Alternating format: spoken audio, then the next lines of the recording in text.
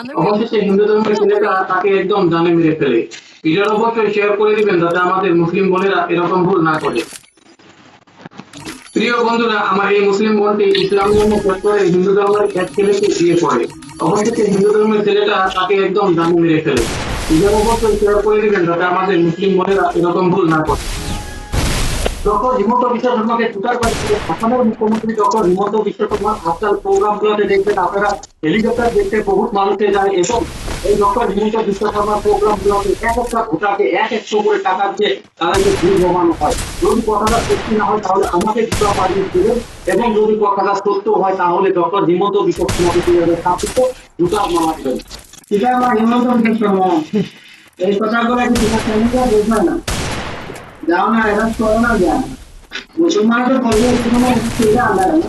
এখন জানা বিপুল হয়ে আছে শুনে না লোকটা আছে।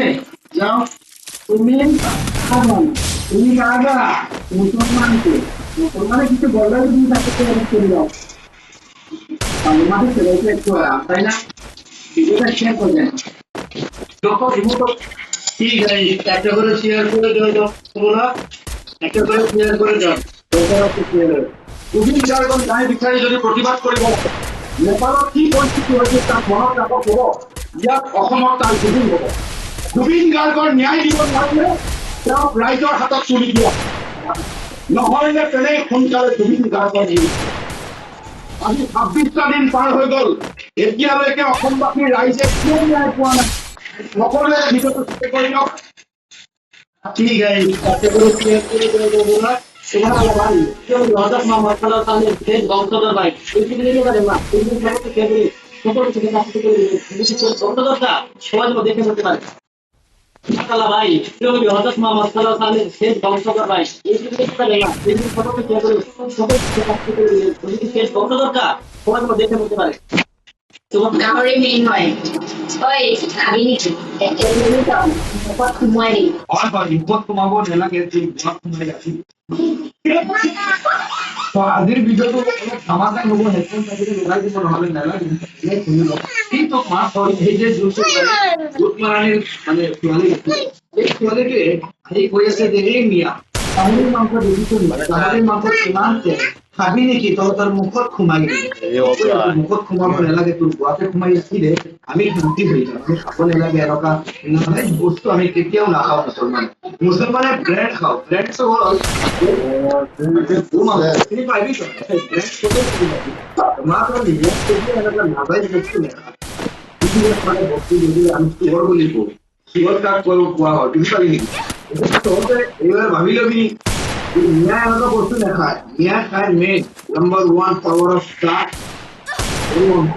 মিয়া এনেকুৱা বস্তু মিয়াৰ মুখত সোমাব নালাগে, তোৰ গুৱাহাটী তোৰ গুৱাহাটী যদি ইমান তেল হৈ যায় তেতিয়াহ'লে কাৰোবাৰ মিয়া মই ইমান মাৰিম তোৰ মানে তোৰ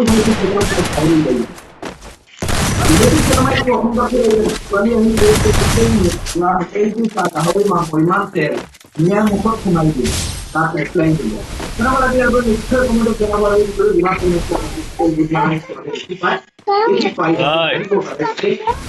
বস্তু দেখা নাযায়, বস্তু কম আৰু সেইটো মানে মিয়া চলে তাই 1 নম্বৰ লিখা কমে গৰু মাংস দেখিব পাৰি। এই ভিডিঅ'টো বনোৱাৰ মেইন কাৰণ হ'ল এই মিয়া গাহৰি মাংস পাই মাংস পাই মাংস পাই